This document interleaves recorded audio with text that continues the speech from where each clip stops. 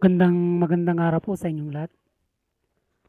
Kayo po ay narito sa balita mo, reaction ko. Si Makatang Tambay po muling nagpupugay na tanging logic lang ng buhay ang puhunan. Mga kabayan, mga kapinas. Pag-usapan natin itong palakasan ng ebidensya sa mga impeachment na nakahain ngayon at saka yung ihahain pa lang. 'Di ba ngayong Pebrero 6 ay tapos na yung timeline na ibinigay ng Supreme Court. Kaya siyempre marami na naman ditong mga grupo ang muling maghahain ng impeachment laban kay Vice President Sara Duterte. Pero itong kay Pangulong Bongbong Marcos, siyempre nandyan na nga. At yan nga mainit na pinag-uusapan ngayon dahil lalo na yung iba hindi nga tinanggap. Yung isa talagang iniatras ng tuluyan dahil maliwanag naman yung kanila ritong nakita na itong ginagawa na ito ng administrasyon na paghahain ng impeachment complaint na mabilis naman tinanggap yung una. Pagkatapos ito namang mga nahuli, patumpik-tumpik at tila may nakikita sila ng mga kadahilanan na tungkol nga ito dun sa tila ibabasura lang itong kanilang iyahay na ito. Dahil yung nauna na nga kung kailan yung marupok at walang tibay, walang tatag at hindi nga sufficient, wala pa man ito sa Justice Committee, ay talagang yun na yung nakikita ng marami. Ayun yung tinanggap at yun yung inuna. At mabilisan nga ito open na yung kanilang session dyan. Ito na yung unahing tatalakayin. Itong inahing impeachment laban kay Pangulong Bongbong Marcos. Na kung titingnan mo nga naman talagang pata sila kung titingnan mo, hindi ba? Kasi nga kung in-impeach si BP Sara, impeach din lang yung Pangulo. Kumbaga wala ritong kinikilingan, yun ang makikitang yun yung lilitaw dito. Tingnan natin kung yun nga talaga yung malinaw na lalabas dito at sa paghahain na ito ng impeachment na mabilis nila agaran nila ditong inaksyonan at tinanggap agad-agad. Nataliwas nga sa nabanggit natin nga kanina itong dalawa ay patumpik-tumpik na tinanggap.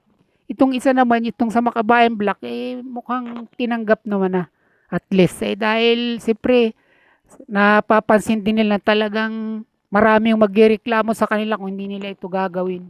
Kasi nga, ministerial yung opisina na ito ng Secretary General. Kaya kahit wala naman dun yung mismong secretary, pwede naman itong tanggapin ng mga staff doon.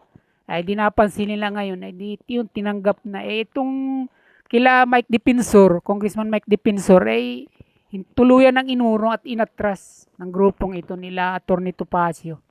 Dahil nga napapansin nila na parang mikos-mikos lang ito at muro-muro itong tinanggap na impeachment. At malamang talagang wala rin mangyayari at ibabasura din itong kanilang ito sapagkat ang magiging dahilan nila at basa ng grupo na ito nila Atty. Topacio iuuna yung walang silbi na impeachment. Pagkatapos yung kanila, di siyempre mapapaloob na sa 1-year-old ban yung unang ipapasok, hindi natatanggapin yung mga ihahain pa na bilang mga panghuli o sa huli. Ganyan yung kanilang natutunugan dito, kaya tuluyan silang umurong. Hindi nila inihain at hindi na bumalik dun sa opisina ng Secretary General sa Kongreso. Yung pag-usapan natin, kumbaga itong palakasan ng ebidensya, tinalakay nga ito, narinig natin ito na sinasabi ni Congressman Chua kung saan ito siya yung nag-imbestiga ng confidential fund ni Vice President sa kanyang committee nitong 19th Congress. At sabi nga niya, hindi matibay yung mga ebidensya ng impeachment laban kay Pangulong Bongbong Marcos na ito nga ay kinabibilangan ng yung umano'y pagkidnap kay dating Pangulong Duterte at nadalhin ito sa dahig. Akusasyon ng Pangulong Marcos ay ating at lulong. Mahina raw ebidensya dito at itong pag-transfer ng pundo ng PhilHealth sa ibang proyekto. At sabi nga ni Congressman Chua, itong pagkidnap ay malabong-malabo itong mapatunayan. Sapagkat sabi nga niya, ito ay may jurisdiction ang ICC sa pagbibigay ng o paghahain ng arrest warrant laban kay Pangulong Duterte. Kasi nga ito mahabang talakay na ito dahil nung una pang iniimbestigahan ito, ay nasakop pa ito. Kaya kahit nagbitaw na tayo ayon dito sa kanila, ay nasasakop pa rin. Kaya kung may jurisdiction pa ang ICC para sa kay Pangulong Duterte. At kahit nagbitaw pa naman, meron nang naisagawa sila na preliminary examination. At yun yung kanilang nagiging basihan dito na kaya mayroon pang jurisdiction. Kaya itong pagkidnap na isinama nga sa impeachment against BBM ay wala raw itong silbi. Hindi ito kayang patunayan at napakahina. Itong sa akusasyon na bangag ang Pangulo, sabi rin nila na hindi ito napatunayan dahil tinanggiman ito ng PDEA. At pagkatapos yung mga lobas na pulburon video hindi naman napatunayan. Kaya wala rin silbi ito. At itong ikatlo, itong pag-transfer nga ng pundo ng PhilHealth, hindi wala rin itong tibay at hindi rin magiging sapat na basihan para impeach ang Pangulo sa paglilipat na ito ng pundo ng PhilHealth sa ibang proyekto. Ito yung kanyang pagtatanggol dito. Sa kabilang banda naman, sabi niya, hindi katulad ng mga ebidensya ng impeachment laban kay VP Sara Duterte. Nakakatulad nung confidential fund. Katulad ng mga Mirigers Piatos na tiningnan nila sa PSO ay wala namang talagang ganoong tao. Ibig sabihin nagsisinungaling lang si Sara Duterte na sabihin ito para ito yung tumanggap ng pira na confidential fund. Na ayon nga sa kanya mga informant. Ang totoo, wala namang ganito kundi binulsa lang sa madaling salita. Binulsa lang ni Sara Duterte ang confidential fund. At ano pa ito? Ito manong mga bilyong-bilyon na ibinunyag ni Trillanes na mga nasa bank account nito na galing umano sa mga drug lords. O ito, kasama rin ito sa mga nasabi nga niya napatunayan na talagang malalakas ang mga ebidensya para dito. Pero kung iisipin natin at titimbangin natin, siya talaga nagtatanggol lang dahil pinapanigan niya yung administrasyon. Pero tingnan natin itong mga bagay na sinasabi niyang marurupok umanong ebidensya at samantalang napakalakas naman mga ebidensya laban kay Vice President Sara Duterte. Tingnan nyo na lang itong confidential fund, itong Mirigers Piatos na pinapakalat nila at talagang hindi nila pinaiinit nila sa social media man yan o mainstream media. At siyempre lalong-lalo na sa Quadcom o dun sa ginawa nilang hearing sa 19th Congress itong nakaraang taon. Nasabi nga nila walang Mirigers Piatos yun ang binibigyan din nila. Which is kahit naman sino na binibigyan ng confidential fund, dali ba lalo na yung kay Pangulong Bongbong Marcos. Hindi ba ito 4 na bilyon mahigit?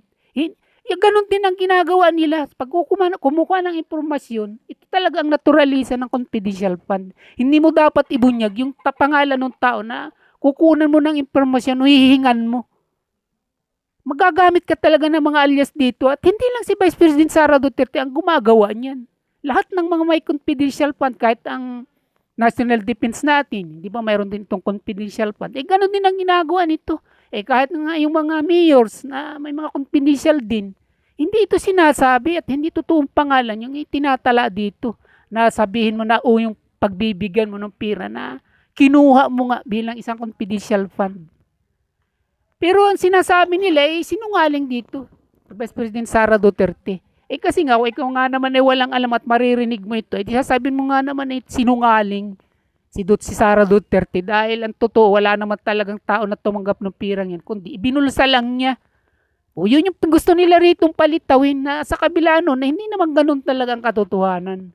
Nakatulad nga ng binanggit natin, confidential fund yun.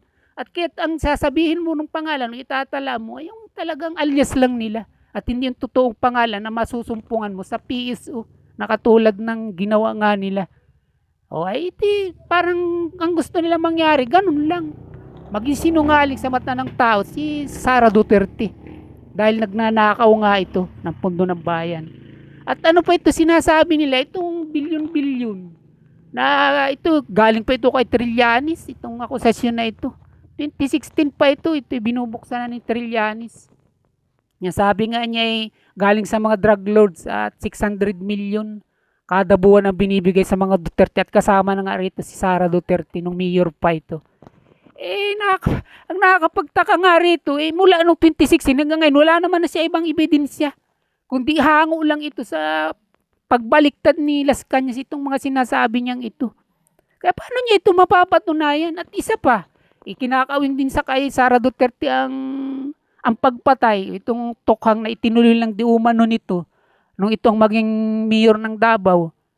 Ay itong kasong ito, ipapalagay na natin ito talagang pagtuunan ng pansin at imbestigahan. Hindi naman siya dito. Hindi pa siya vice president nung mangyari ito at mayor pa siya. Paano may kakawin? Ngayon, ini-impeach natin nga siya, o ini-impeach nila bilang isang pangalawang pangulo. At kung ano yung mga bagay na ginawa nito, sa panahon na siya ay pangalawang pangulo, yun ang dapat na iugnay mo.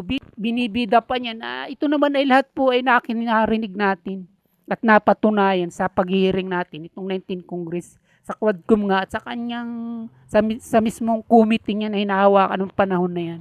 Ganyan yung kanyang paliwanag dito.